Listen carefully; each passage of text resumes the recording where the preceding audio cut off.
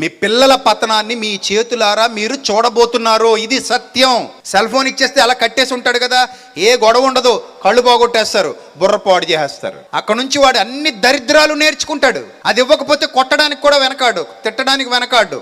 కోపాలు వచ్చేస్తే పిల్లలకి చిన్న వయసులోనే వాళ్ళ మీద దుష్ప్రభావాలు పడిపోతున్నాయి. నీచమైన ఆలోచన విధానం పేరుకుపోతుంది. దీనందరికీ కారణం సెల్ ఫోన్ చేతికిచ్చి పెంచే తల్లిదండ్రులు. 5 ఏళ్ళు కూడా రావు వాడికి, అప్పుడే సెల్ ఫోన్కి ఎడిక్ట్ అయిపోయాడు. మళ్ళీ గొప్పగా మా వాడు యూట్యూబ్ ఓపెన్ చేస్తాడండి, మా వాడు ఇన్స్టాగ్రామ్లోకి వెళ్ళిపోతాడండి, ఓహో మా వాడు ఫోటో తీసేస్తాడండి, అబ్బా అప్లోడ్ కూడా చేస్తాడండి. సిగ్గుపడాలి ఇలాంటివి చెప్పుకోవడానికి మనం. అదే గొప్ప. అది 5 ఏళ్ల వయసులో ఫోటో తీసేస్తాడు, యూట్యూబ్లోకి వెళ్ళిపోతాడు, ఇన్స్టాగ్రామ్లోకి వెళ్ళిపోతాడు, ఫేస్బుక్లోకి వెళ్ళిపోతాడు.